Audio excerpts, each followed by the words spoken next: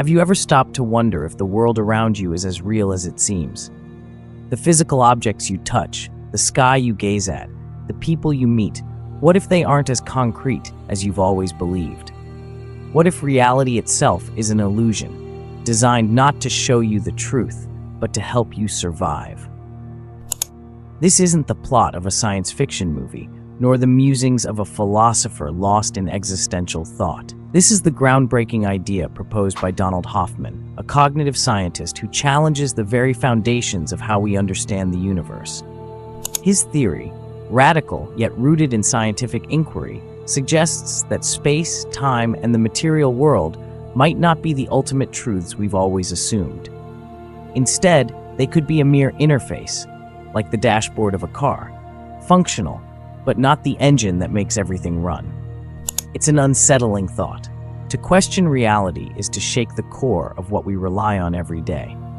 But as you'll discover, Hoffman's ideas are more than a philosophical exercise.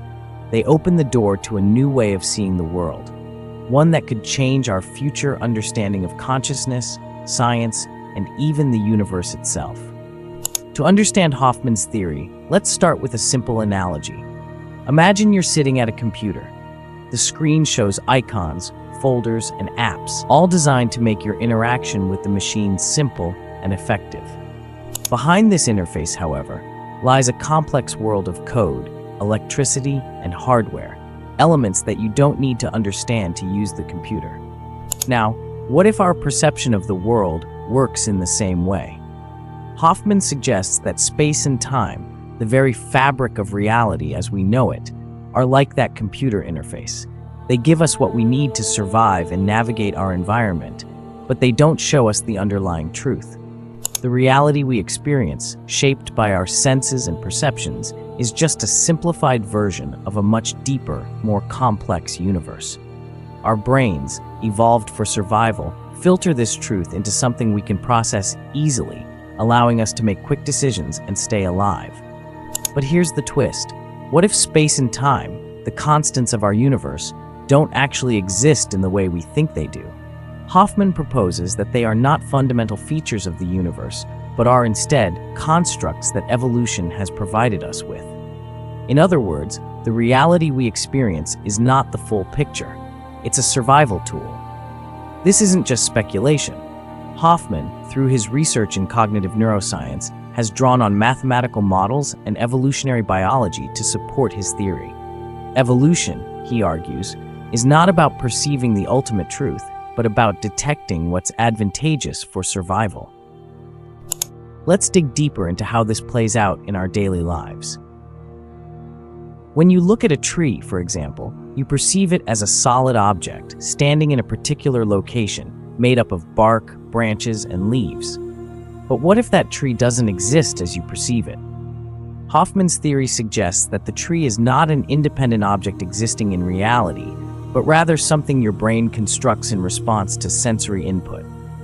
This concept is rooted in a field of study known as conscious realism.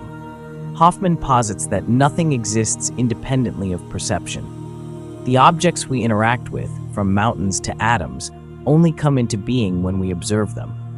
In this view, the universe is not a fixed reality waiting to be discovered, but a fluid construct that shifts based on our interactions with it.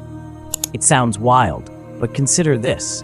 When you interact with a computer, you don't need to know the intricate code that makes it run. The desktop interface gives you everything you need to complete your tasks, whether it's writing an email or browsing the web. Similarly, we don't need to perceive the true essence of a tree, its molecular structure, or its quantum properties, to know that it provides shade or that its wood can build a house. Evolution has equipped us with a simplified interface, a version of reality that prioritizes survival over truth. Hoffman's assertion that our perception is tailored to survival rather than truth shakes the foundation of scientific inquiry. For centuries, science has operated on the assumption that space-time is the absolute framework in which reality exists. But what if science, too, has been peering through a limited lens, only seeing the surface of a much deeper reality? One of the most profound implications of Hoffman's theory is the idea that space-time itself is a mask, an evolutionary construct that conceals the true workings of the universe. If space and time are not fundamental, then what exists beyond them? What does reality look like without these pillars of our understanding? Hoffman suggests that consciousness is the answer. Far from being a mere byproduct of brain activity, as many neuroscientists believe, consciousness, in Hoffman's view, is the bedrock of reality. Space, time, and matter emerge from consciousness, not the other way around. This flips the traditional view of science on its head.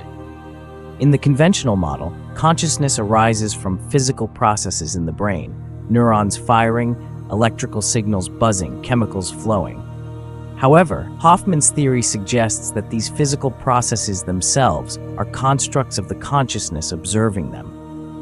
Neurons, like trees or mountains, only exist when we perceive them. This raises a provocative question. If consciousness shapes reality, then what is the true nature of existence? Hoffman's theory nudges us to think of reality as a kind of simulation, but not in the way philosophers like Nick Bostrom have suggested.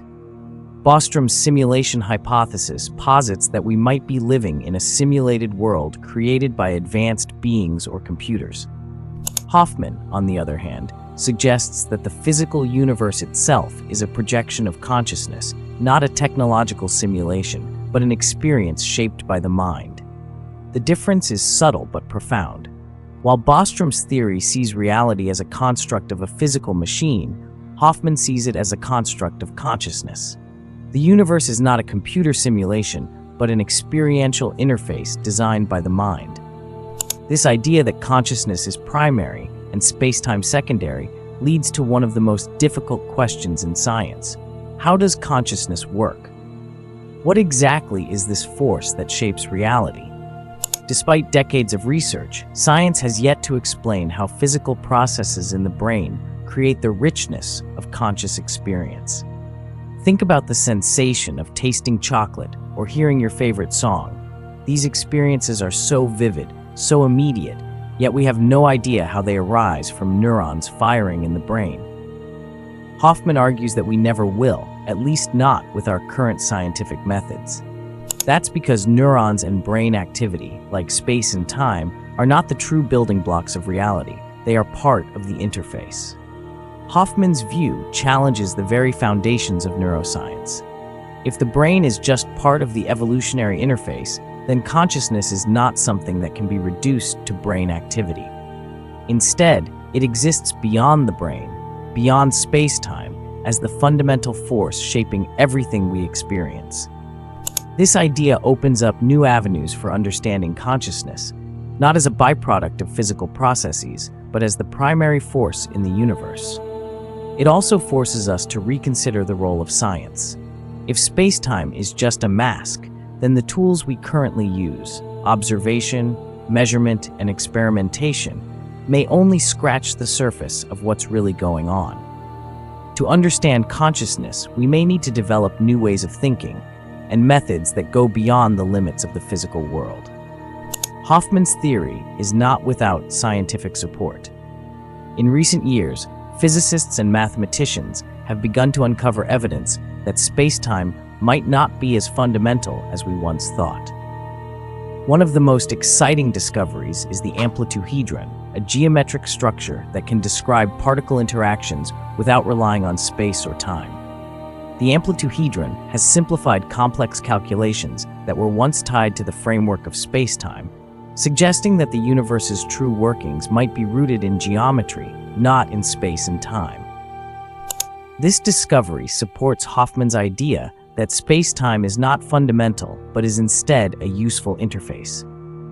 These new geometries hint at a deeper reality that we have yet to fully explore. What does this mean for our understanding of the universe? It suggests that the laws of physics, as we know them, may be incomplete. Space-time, the stage on which all physical events occur, could be just one layer of a much more intricate structure. If you followed Hoffman's ideas this far, you might be wondering, what does this mean for me? What practical implications does this theory have for our lives? The answer, it turns out, could be life-changing. If reality is shaped by consciousness, as Hoffman suggests, then our perceptions and beliefs have the power to influence the world around us. This isn't a new idea. Spiritual teachers and philosophers have been saying this for centuries. Neville Goddard, for example, argued that our thoughts and emotions create our experiences. The external world, in his view, is a reflection of our inner state. Hoffman's theory gives this idea a scientific backing. If reality is a construct of consciousness, then by changing the way we perceive the world, we can change the world itself.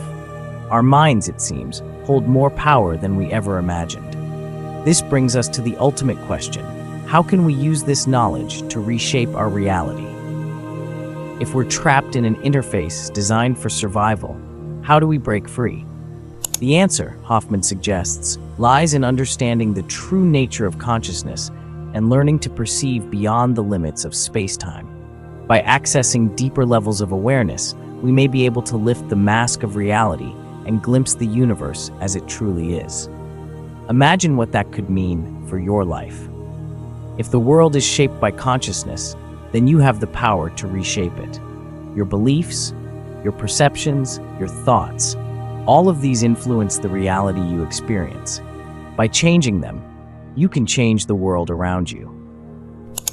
Donald Hoffman's theory is a bold departure from the traditional scientific view, but it's one that offers intriguing possibilities.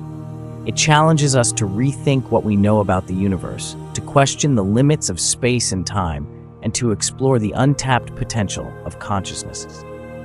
As we look to the future, the quest to understand reality may no longer be about discovering the smallest particles or mapping the farthest galaxies. Instead, it may be about unlocking the power of the mind and discovering the true nature of the consciousness that shapes our universe.